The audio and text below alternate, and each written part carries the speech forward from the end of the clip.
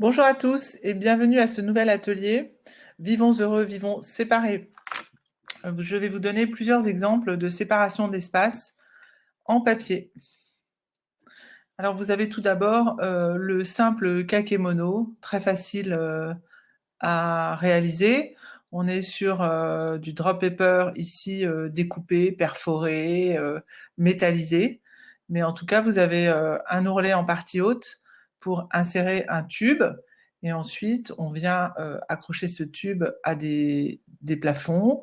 Et ensuite, en partie basse, vous avez un ourlet également avec un étiré de lestage pour vous permettre d'avoir un écran parfaitement plan, parfaitement vertical, sa hauteur et sa largeur. Alors, si on veut être un peu plus courbe, et on peut tout à fait imaginer remplacer ces magnifiques canapés et autres petits lits de confort, on peut utiliser ce genre de dispositif avec un bureau et une chaise de bureau. Voilà. Alors, ce qui est intéressant dans ces options-là, c'est que le tube carré cintré en partie haute peut également être le support d'un rail cintré également. Et du coup, vous pouvez faire coulisser les écrans les uns devant les autres. C'était une scénographie assez réussie de Elisabeth Le Riche. Encore sur un modèle d'alcôve, d'abri un peu circulaire. Ici, on a utilisé le nid d'abeille et on l'a coupé. Vous savez, c'est les accordéons que l'on peut réaliser en nid d'abeille. Et ensuite, on les cisailler et en faire des petites franges pour donner un petit aspect cabane au fond des bois. Une petite vue de l'intérieur. Et on peut également s'amuser à utiliser ce genre de dispositif en plafond également. Vous voyez que les franges peuvent être variées.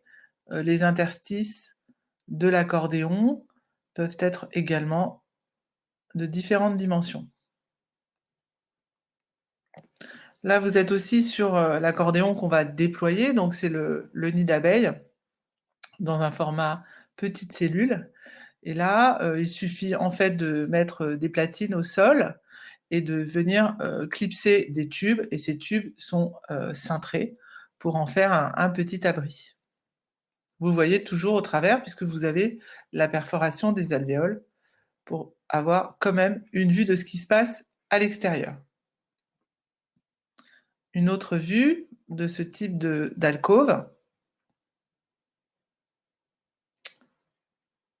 Et là, vous voyez le matériel nécessaire à créer deux grandes cloisons, 3 mètres par 3 et 6 mètres par 3 de hauteur. Donc tout ça, ça tient dans une petite mallette. Alors nous, on a joué le jeu en faisant aussi une petite fenêtre que vous voyez sur la gauche. Cette petite fenêtre vient s'intégrer ensuite dans la paroi. Bien sûr, ce n'est pas indispensable, mais vous avez simplement besoin de platines et de tubes et d'un peu d'accordéon en nid d'abeille. On les voit ici superposés, donc ces petits accordéons, et ça peut tout à fait servir de cloison dans des applications de bureau pérennes. Là, ce ne sont pas des petits modules, mais des modules de 80 cm. Et donc superposés, ça vous donne une cloison de 2,40 m tout simplement en hauteur. Encore une fois, la structure est minimaliste. Vous avez aux extrémités des platines sur lesquelles on vient clipser des tubes verticaux pour maintenir l'écartement de ce nid d'abeille. Là, on voit bien les platines au sol, les petits accordéons superposés. Voilà, ça existe en couleur. Il n'y a pas de limite de largeur ni de hauteur. On peut également faire une cloison verticale avec ce nid d'abeille dont on va couper une simple tranche. Là, pour l'occasion, Paola Navone, célèbre designer italienne, avait trempé une des faces du nid d'abeille dans de l'encre de Chine noire. Et du coup, avec la même paroi, on a un côté noir, un côté blanc. Là, ce sont donc des modules de 1 mètre de largeur qui sont juxtaposés, mais plutôt la séparation est très visuelle. On peut limiter cette frontière en les imbriquant les uns dans les autres. Vous voyez comment c'est fait. Il suffit d'avoir 2 cornières. Bien sûr, on a ce type d'accessoire. 2 cornières métalliques, une au sol, une au plafond. On vient tendre des câbles. Ensuite, on déploie ce dispositif et on met des petits stoppers pour supporter le poids du papier, car sinon, en partie haute, ce serait un peu affaibli par le poids du papier et la hauteur. La hauteur maximum qu'on préconise sur ce genre d'installation, c'est 3 mètres. Voilà un autre exemple. On est contre un mur. Vous voyez les câbles verticaux et l'installation de la cloison. Ensuite, on a le pipe and drop. Donc ça, c'est des cloisons qui sont façonnées en tubes successifs de drop paper et qui se replient très facilement. Donc ça peut également vous faire des séparations d'espace. Voilà, ça c'est un petit espace recréé avec cette cloison dans sa version bleu lavande. Un espace de repos. Au premier plan, une petite console en nid d'abeille. Vous voyez, vue du ciel, comment est constitué ce pipe and drop. Donc ce sont des tubes collés les uns aux autres et pliés. Là, c'est un autre bureau. On a effectivement mis un petit socle en menuiserie pour éviter les coups d'aspirateur. Dans sa version rouge, plus sauvage. On peut bien entendu imprimer cette cloison sur tout motif que vous souhaitez. Alors là, c'est le mode d'emploi. Vous voyez, on vient insérer les tubes lorsque la cloison est posée au sol, et puis ensuite on relève l'ensemble et on vient clipser ça sur une platine. Ça va ajouter de la stabilité. Ici, vous êtes sur le modèle half-pipe, donc moins cher. Vous avez compris, un seul tube juxtaposé au suivant. Donc là, il faut aussi absolument mettre des platines et des tubes de stabilisation. On a ce joli système d'Aurélie Rimbert où en fait, on vient clipser des Y. Vous voyez la forme Y? On vient clipser des Y en carton non-feu et coller de temps en temps sur des alvéoles du drop de couleur. Donc ça prend un peu de temps à faire. Bon, c'est un dispositif assez amusant et qui peut grandir au gré de vos envies. Voilà un dispositif végétal. Ce sont 5 familles de végétaux différentes qu'on vient simplement installer sur des câbles tendus de mur à mur. Et ça vous permet d'avoir une cloison assez jolie de séparation ou au fond plus décorative. Alors, on a des solutions aussi de bureaux mobiles en collaboration avec les designers de I Would Love. Donc là, vous voyez, vous avez un bureau mobile en bois et on vient cloisonner avec un simple drop suspendu. Donc, vous avez des barrières sociales maintenues. Alors ça, c'est un exemple intéressant aussi. On peut tout à fait plisser du drop sur des grandes hauteurs. Vous voyez, là, on est sur 5 mètres de hauteur. Il y a tout simplement un tube en partie haute et un lestage en partie basse pour maintenir ce pli.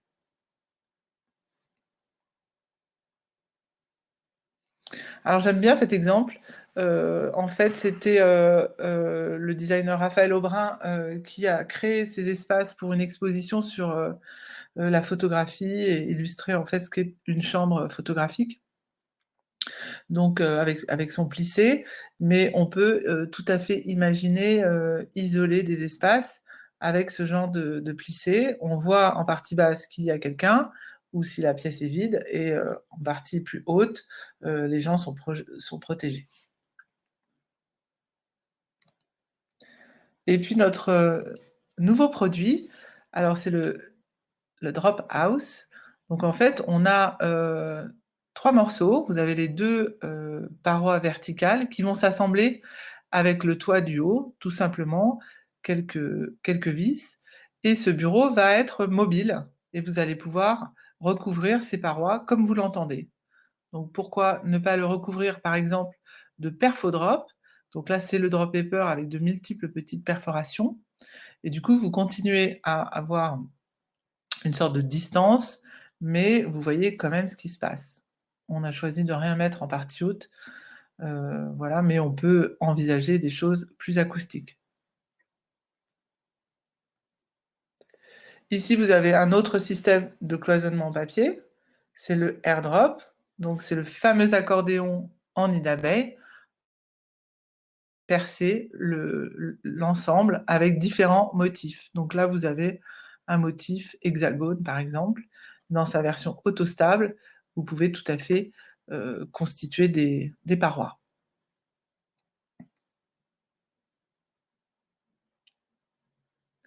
Grow Up, c'est également une séparation d'espace designée par Flavie et Paul.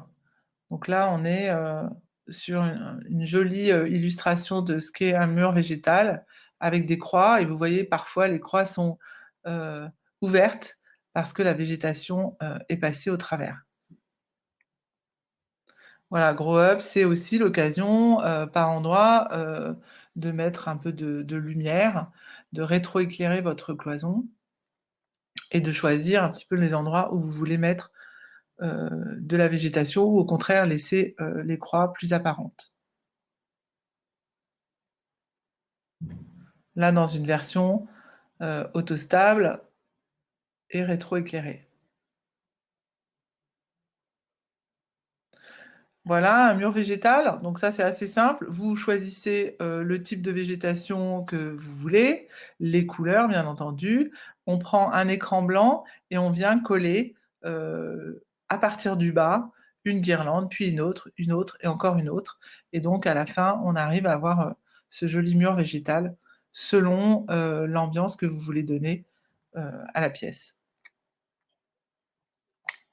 On a également les paperbox. Donc les paperbox, c'est des boîtes en carton qui viennent se superposer avec la possibilité d'avoir des boîtes pleines et des boîtes fenêtres, blanc ou noir. Mais on peut aussi les imprimer si nécessaire. L'avantage de ces boîtes, c'est qu'elles sont en carton non-feu et qu'elles sont 100% biodégradables et recyclables. Donc on peut en faire un comptoir, une cloison, un support de communication et des tabourets également. On peut s'asseoir dessus. Voilà, dans les boîtes fenêtres, vous avez un petit logement pour la barrette de LED qui éclaire l'ensemble.